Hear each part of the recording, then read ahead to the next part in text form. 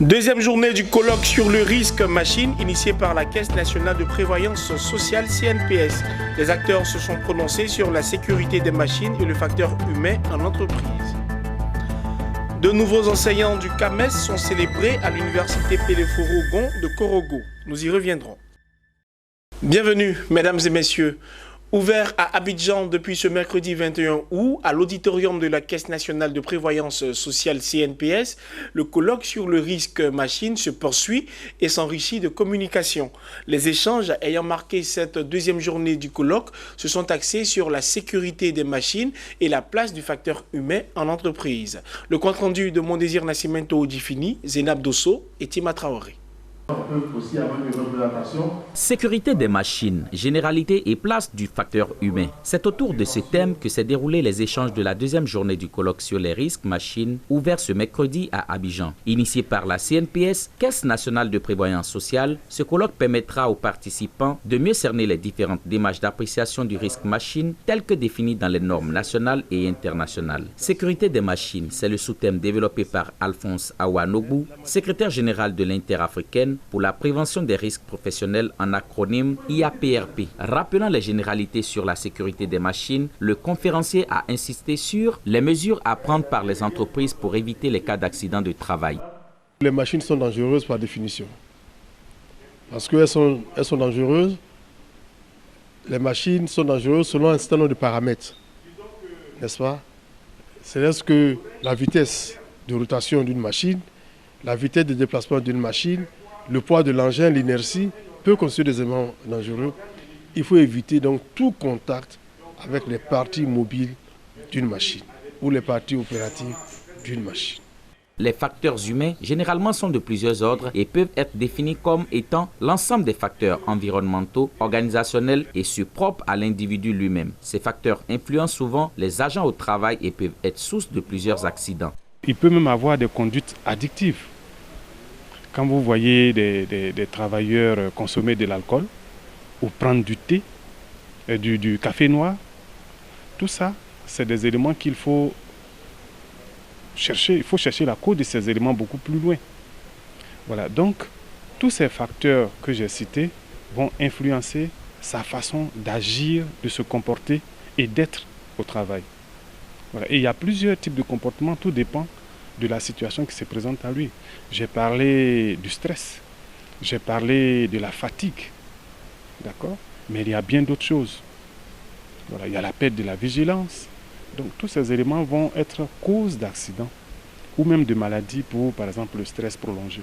Pour Boni Nyamien, médecin de travail et chef de département santé et travail à Filtissac, il est recommandé de prévenir ces accidents de travail en agissant sur ces facteurs exogènes et endogènes. Entre autres solutions, il préconise les visites médicales et l'évaluation des facteurs organisationnels et techniques. Ce colloque sur le risque machine, stratégie de gestion de la santé et sécurité des entreprises se termine ce vendredi 23 août à Abidjan. Vous voulez répondre encore? Vous voulez réagir? À Korogo, dans le nord de la Côte d'Ivoire, le corps professoral de l'université Péléforo-Gon se renforce avec l'admission de nouveaux enseignants issus du CAMES, entendez le Conseil africain et malgache de l'enseignement supérieur. Ces nouveaux méritants ont été célébrés. Le reportage est de Tio Chang, commenté par Nadia Eounoud. Ces promus du CAMES sont composés de 6 maîtres et 156 maîtres assistants et chargés de recherche. Visiblement heureux, les nouveaux méritants ont été magnifiés en présence d'amis et frères, ainsi que de certaines autorités de la ville. On se réjouit d'abord la promotion, c'est une satisfaction. Et puis être célébré par l'université, c'est également une satisfaction par rapport aux efforts qui ont été fournis. Aujourd'hui, nous sommes une université qui est très jeune et en tant que jeune université, nous avions besoin, sinon nous faisons appel à des enseignants de rang magistral pour nous accompagner dans la gestion de nos cours, dans nos programmes de formation. Et aujourd'hui, nous voyons que de plus en plus, l'université est en train de gravir en choses en diplôme avec des promus au CAMES. Et au nombre des promus, nous avons des enseignants de rang magistral. Et donc cela fait que nous allons progressivement vers l'autonomie et de baisser en termes d'enseignants. L'université Pélé-Forogon continue de se doter d'enseignants-chercheurs et de chercheurs de référence. Une opportunité saluée par le président de l'université. Les nouveaux admis à l'université Pélé-Foro de Korogo affirment être conscients et soucieux de leurs nouvelles responsabilités. La cérémonie de reconnaissance a été enrichie par une conférence sur les enjeux et le profil de carrière des enseignants-chercheurs par le Meïté Méké. La région de l'Indénié-Duablin vit au rythme des tournois de football durant ses vacances scolaires. Le tournoi de la fraternité et de la cohésion sociale, ainsi que celui de l'ONG Children of Africa, tiennent le haut du pavé. Occasion saisie donc par les organisateurs pour lancer un appel à la cohésion sociale, à la paix et à la non-violence à l'endroit des jeunes de la commune d'Abengourou. Le reportage de Joseph Assalé.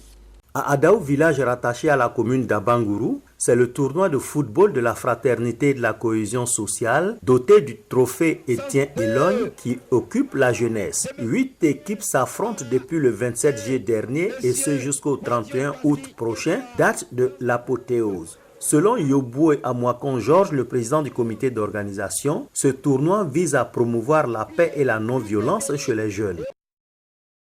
On a mis le tournoi de la fraternité et de la cohésion sociale en place pour que les jeunes puissent venir s'amuser, pour cultiver la cohésion sociale et aussi pour ne pas qu'ils s'adhèrent à l'alcool et puis à la délinquance. Il ajoute pour dire que les meilleurs éléments de ce tournoi iront étoffer l'effectif de l'Asie d'Abengourou. Justement, dans la capitale de l'Indénié-Duablin, un autre tournoi de football, celui des Children of Africa, doté du trophée de la première dame de Côte d'Ivoire, Dominique Ouattara, met en compétition spécifiquement la jeunesse scolaire. 10 équipes affûtent leurs armes pour le tournoi dont la finale est fixée au 1er septembre prochain.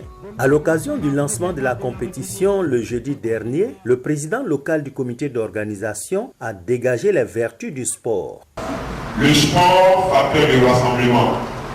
Le sport, facteur de cohésion. Le sport qui unit les peuples.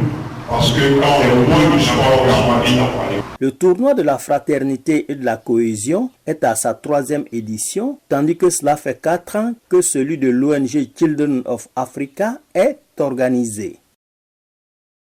Le gouvernement rwandais a contracté auprès du Japon un prêt concessionnel de montant de 10 milliards de yens, soit 94 millions de dollars, afin de poursuivre sa lutte contre la malnutrition. Ce prêt permettra à l'exécutif de financer un programme d'amélioration de l'état nutritionnel de la population grâce à la coordination multisectorielle et des actions touchant à la sécurité alimentaire.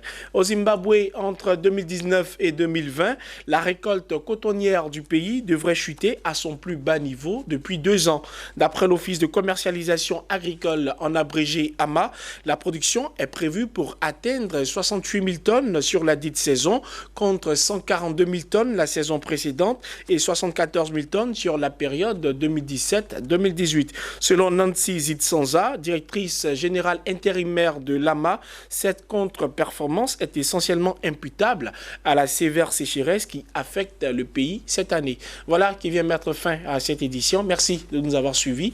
Bonne suite de programme sur votre chaîne panafricaine d'information économique.